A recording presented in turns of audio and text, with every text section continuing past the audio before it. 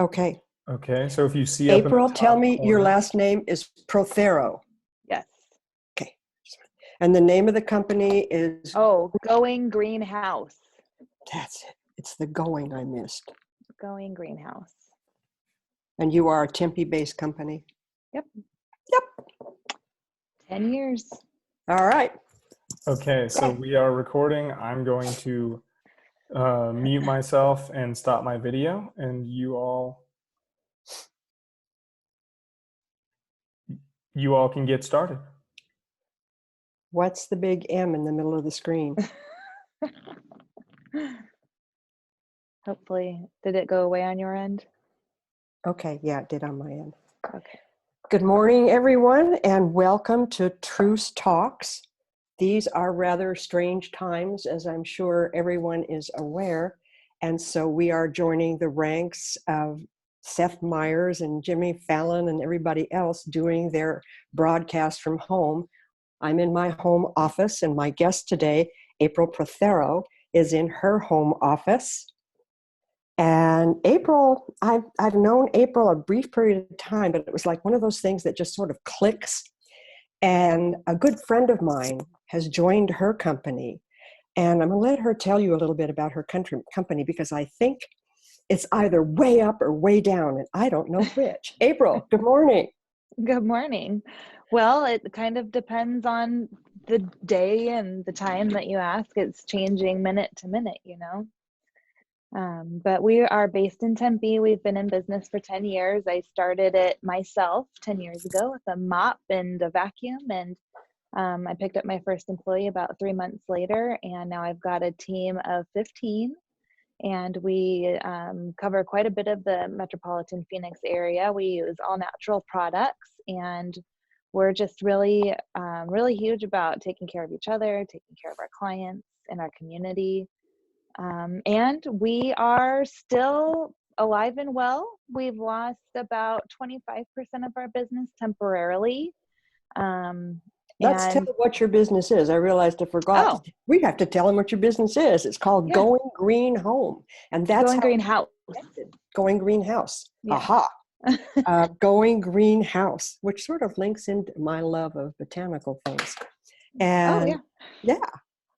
And so Going that's Greenhouse, house cleaning. And yeah, and they're strictly residential. When we talked to Amanda Thomas earlier, she's doing all the Airbnb and vacation home things. You are strictly residential, and you've held on to your business. Correct. Wow. Correct. So what's your average day like? Well, and so my average day now, Wow. it's a lot of, so it's been very strange. I feel like this is the third week that we've kind of been riding this roller coaster or this wave, the tsunami wave, however you want to look at it. But the first week, it was just kind of gather all of the inventory. What do we have? What can we use to disinfect? What can we provide to our clients? And we added a service immediately, which was we're going to include all high touch areas. The disinfecting of those areas. So we're a house cleaning service. And so of course we clean, we tidy, we make things shiny and pretty, but the disinfecting part of it is additional. We don't always, or we hadn't always in the past, disinfected doorknobs, light switches, cabinet fronts, all of those things, refrigerator door handles, all of those places where people are, their germs could be ending up. And so we've included that service. We gathered all of our supplies that we could to make disinfectant. And so that was kind of the first thing that we did. And then it's been a lot of strategy. It's been kind of a roller coaster. It's been, what do I do? And what is everybody else in the industry doing? Just gathering a lot of information and trying to implement and keep a positive attitude so that my employees don't freak out. So you're still keeping everybody working. You have your staff is still going full tilt boogie, as it were. Wow. Not everyone. So it's been interesting. We've had the kind of an equal percentage of employees as well as clients who are not comfortable either going into other people's homes or letting us come into homes. So it's kind of, it worked out that way that I lost a certain percentage of my employees temporarily. So the people that are still there we're getting them as much business as we can. And we've had to pivot. So we have realized that there's a lot of offices, gyms, studios, you name it, that are vacant right now because everybody is working from Yeah. home. And so we're wanting to get in, and we're contacting gym owners, studio owners, business owners that we know may benefit from that service of us going in and disinfecting before everybody comes back. When you disinfect, how are you doing it? Are you spraying it? Are you wiping it? How are you doing it?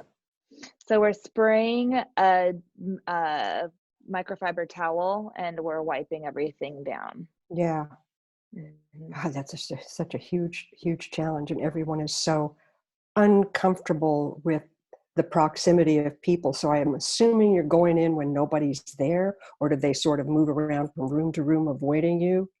Correct. Yeah, we ask them to, go to the park, maybe take the dog for a walk. Uh, We operate in crews of 2 or 3, and so we do get it done in less time than it might be for one person to do it, but it might be a couple of hours. So go take a nice long walk, go do your grocery shopping if you have to, but we're lucky. We're so lucky that we live in Arizona and it's beautiful out right now.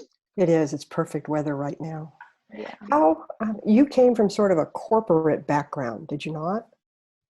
I did. I got my degree from ASU. I grew up in Chandler. I went to Corona del Sol for high school, and then I had to become a Sun Devil, of course. Mm-hmm. So I got my finance degree from ASU. That's what you're supposed to do. You go to high school and then you go to college and you get your degree, and then you get your desk and your cube, and then you get married and you have your kids. And so I was on that path, and I realized about 4.5 years into that corporate path that I did not like clocking in and clocking out.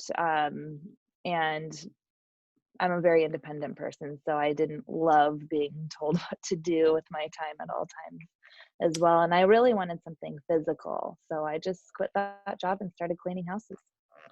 It's funny, that was sort of my path as well. I don't take direction all that well, and I wanted to be outside. So I Mhm. pursued ecology, field ecology at that, so I could be outside. I love that. Yeah. Yeah. I mean, somebody's got to do the corporate stuff. But what I was reading, which is kind of interesting, it's with this coronavirus episode, this pandemic going on, companies are learning that remote working works very well. They call it distributive working, and it's working pretty well. And you have a company that's still very much in touch rather than distributed. So it's an interesting, we're very much, Truce is distributed right now. We've got Matthew in LA, everybody's sort of someplace different. Mm, And it's working. It's good. I'm working. so glad to hear that. Yeah, I'm totally delighted. We've been remote for a while, and that's the other thing. We had an established pattern of having one day a week that everybody worked remote. So that's helping out with us. But you are on the ground, boots on the ground in your business. Hmm. Yeah. Of all the businesses you could have gone into with a degree in finance, why did you pick starting a service company? I love customer service. I've always been, I'm a people pleaser. I just love to serve. I love to create things that are beautiful. And I'm very creative.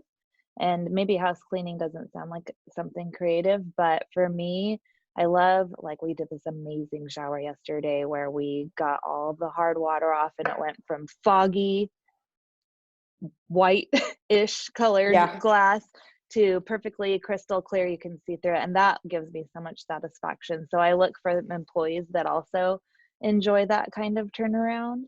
But it's also, being a business owner, there's a lot of opportunities for creative problem solving And I'm always on kind of a quest for win-win situations. So even if I don't think, I just try to be flexible with my clients and my employees. And I think communication is really important. And it just all kind of comes together. I really love it. What's your biggest challenge? Hmm. What's your biggest challenge? I always said that it was my employees or just hiring was my biggest challenge, but I really think that it's deeper than that. I think that it's not hiring, it's being a good leader that establishes the correct boundaries that need to be established in order to run a successful business, which includes consequences and discipline, as well as high fives and support. And so it's finding that balance of being a boss that everybody trusts and loves and loves working for, as well as setting those boundaries and letting everybody know this is what we're doing here and that this is the vision, and if you're not on board, that's fine, but you're not going to fit in here. I think that key word you used, it was the first word you used, trust. I think trust is such a huge factor, and it's going to be even bigger as we move forward through this thing. Yeah. Trusting that you're going to help them through this period. Yeah. Are you pursuing any of the government relief programs that I'm seeing coming out? I don't deal with them directly. Our CEO does, but are you looking at any of those things to keep your people employed, or do you have enough work that that's not a concern? So a little of both. Yes, I'm absolutely looking into any kind of relief that we can take advantage of. And just even if, and we do need it, of course. If the government is offering relief and we've lost, X percentage of our business, then yeah, I think that it's very necessary for us to do what we can to keep the business moving forward. And on top of that, I was just thinking this morning, I'm not entertaining the idea of shutting down unless I'm told to, obviously, or letting people go. Instead of even thinking about that or worrying about what that might look like, I'm focusing all of my energy on how can I bring in safe business. So that's going to be more vacant homes, people that are moving in. So that's where I'm focusing my energy.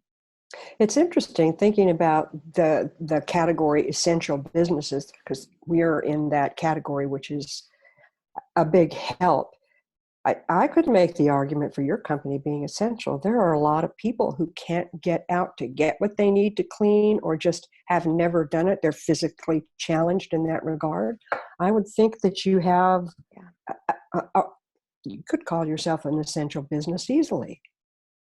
Yes. Well, according to Governor Ducey, we are an essential business. And excellent. Yes. And so, I mean, I'm happy about that, but it's a very fine line of, I want to be responsible and I want to make sure that my employees are safe and that my clients are safe and our community is safe. So, it's difficult for me to say, I'm just doing everything that I possibly can. We're treating every single person that we come into contact with as if that they have the virus. So we're taking every single precaution. I have some show and tell here, but we have our disinfectant. We've got a bunch of these little bottles that we're carrying. I'm making sure that everybody's stocked full. I just ordered a bunch more gloves. We have masks. We do not have the N95 respirators. So we're just being very, very aware. We've got booties for our shoes. I've educated them all on so we have a Monday morning meeting and everybody needs to come to my home, which is also the office, to get supplies. So that's been a little tricky.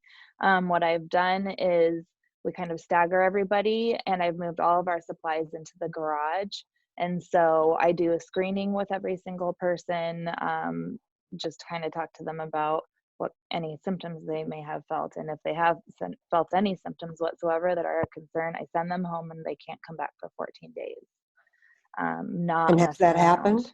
Has that happened? I have one employee that is that's sick, that hasn't been diagnosed with anything, but because she has shortness of breath and a cough, I'm not letting her even come back to the office or anywhere near any of us for 14 days. And it's difficult getting testing here. It's Yeah. very difficult. I've not seen any opportunities for testing. It's so strange because you just hear so many different things from different people, and it doesn't sound like they're easy to get. So, yeah. But we are, as you said, blessed in that our weather here is very, very good. One of the things I heard about New York is because of all the cars and the pollution, those actual little particles, those they can hold the virus, and people are literally breathing it in. And they're finding that now that those levels have dropped because the cars aren't running, that industry is sort of stopped, they're not getting the new cases that they were initially getting, which is kind of an interesting phenomenon.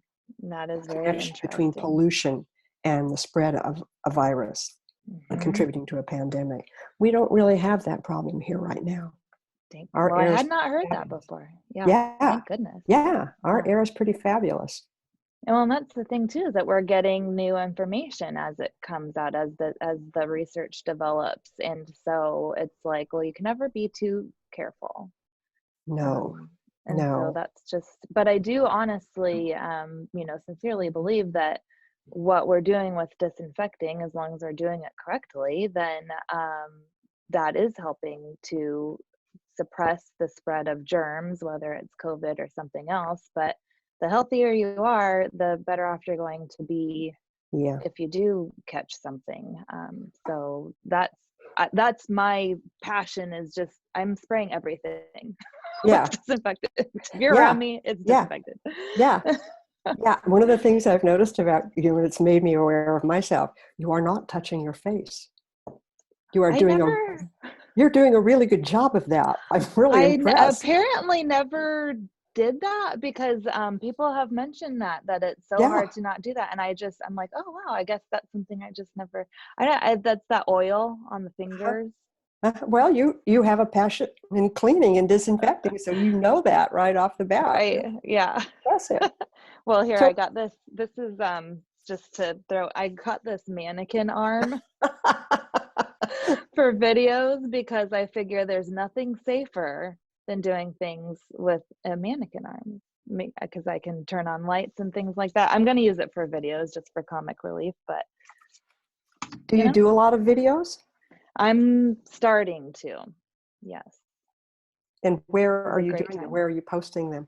So I have a YouTube channel, but I'm mostly been posting them on Facebook. So I have Facebook, YouTube, and then I'm going to start. I need to do some more stuff on LinkedIn. What's your Facebook moniker? Let's see here. So Going Greenhouse is the company name. So it's under Going Greenhouse. And then it's also April Prothero is my name. So you can find me there. Prothero. April Prothero. Okay. Yes, ma'am. Okay. And you can go see her videos, which I'll bet are very, very interesting. Yeah, doing videos and things. We were doing a lot of that when we could. Doing the funny little ones for story on Instagram and doing those. And it's kind of fun. It's a different way of marketing that has ever been done. Last 10 years has been really quite revolutionary. So where do you see your company growing in the next, say, 5-6 years, assuming we come out of this? Can you see the other side of it? Where do you want to go? What do you want to accomplish going forward? Yeah, that's a great question. We're gonna get through this. We are. We are. It's just a matter of time. It's just a matter of when, I think, is the question. So that's what I'm focusing on, is what are we going to do to get through this? What does it look like on the other side? Something that is giving me strength is knowing that there's a lot of other business owners out there. I'm a part of an organization called Entrepreneurs Organization. I'm the accelerator program, and there's about 60 other business owners in that program that are all riding this wave right now. We're all kind of navigating it together. So it's really nice to be able to have that camaraderie. And it's just, I feel it's very important to keep a positive attitude and to keep our eyes on the future, um, because it's just, otherwise it's kind of gloom and doom and despair at this point. So, Well, and the thing is, the future's coming. It's yes. coming. And one of the things that I'm very, very hopeful of is that we are all in this together. So hopefully this will bind us back together a bit as a nation, coming through it, rebuilding, reestablishing friendships and businesses. I'm optimistic. I'm hopeful it operates that way globally as well. There's a lot of opportunities to be seen. If you can look for opportunities. I think that's the important thing, is that even when you're in a stressful situation like right now, it's a bunch of uncertainty and what's going to happen, is there are opportunities times like now where we can potentially work together. If I've got employees that want hours and I've got a friend that has a business, then maybe we can share employees. Or that's the thing about vision 5 years from now. I could tell you what I think is going to happen, and because of this, we might completely pivot and start cleaning gyms. Mm-hmm. Who knows? Because well, if you do, we have a terrific gym cleaner, so bear that in mind. Yeah. Oh, I did see that actually. Yes, I will have to use that. yes. And now we were Perfect. sort of looking very, very optimistically at the Olympics, and some of those opportunities was like, okay, that'll be next year. Okay, Yeah. it'll be next year. Yeah. And it's like it's possible that having a little bit more time for something like that is a great opportunity for you to be able to take advantage of I that. think it's a great opportunity for all of us who are sort of Absolutely. sitting here staring at four walls. What do we want it to be? Who do we want to be on the other side? What have we been overlooking all this time of pedal to the metal? Where would we like to go now that we come out and we're safe, when we're healthy? It's like, okay, now what? What do you really want to do? That's why I was like, do you want to grow your business in terms of number of employees, in terms of area covered? Are you going to pivot in another direction at some point? I don't know. One of the reasons why I love what I do is providing employment that's a safe, trustworthy environment. I guess I just have a passion for treating people with equality and just offering them a great place to work. And so that's, in addition to clean homes and transforming lives and things like that, it is growing. It's employing people. It's being able to help food on the table and support their children and their family members. And so I do want to grow. I do want to expand, and I'm figuring out however I can do that in a smart way. It's going to be different. It's going to be different, but there's a part of me that also thinks it's going to be fun. We're all going to come outside and blink our eyes in the sunshine and go, okay, all right, how have you been? What's going on? What can we do? I think there's going to be that element of energy added to it that would be a stark difference. There I go, touching my face. Mm-hmm. Oh, so weird. Oh, okay, we have a good sense of going greenhouse, and you, April, and a couple of questions for you. Number one, when you're not running a cleaning business, what do you read? What are you reading? Well, what do you like to read? I have I'm in a business owners book club, so I read a couple of books, and by read I mean listen to on Audible. Of course. Yes. So we choose, right now we're reading a Simon Sinek book. The last book we read was The Obstacle is the Way by Ryan Holiday, I believe, is the author of that book. I read the Daily Stoic every morning, and that's kind of a good way to get centered. But for fun, I like to read It's the author of Big Little Lies, that HBO series. I can't think Oh, of what. gosh, yeah. Oh, yeah. I've read all of her books. They're all super quirky, fun.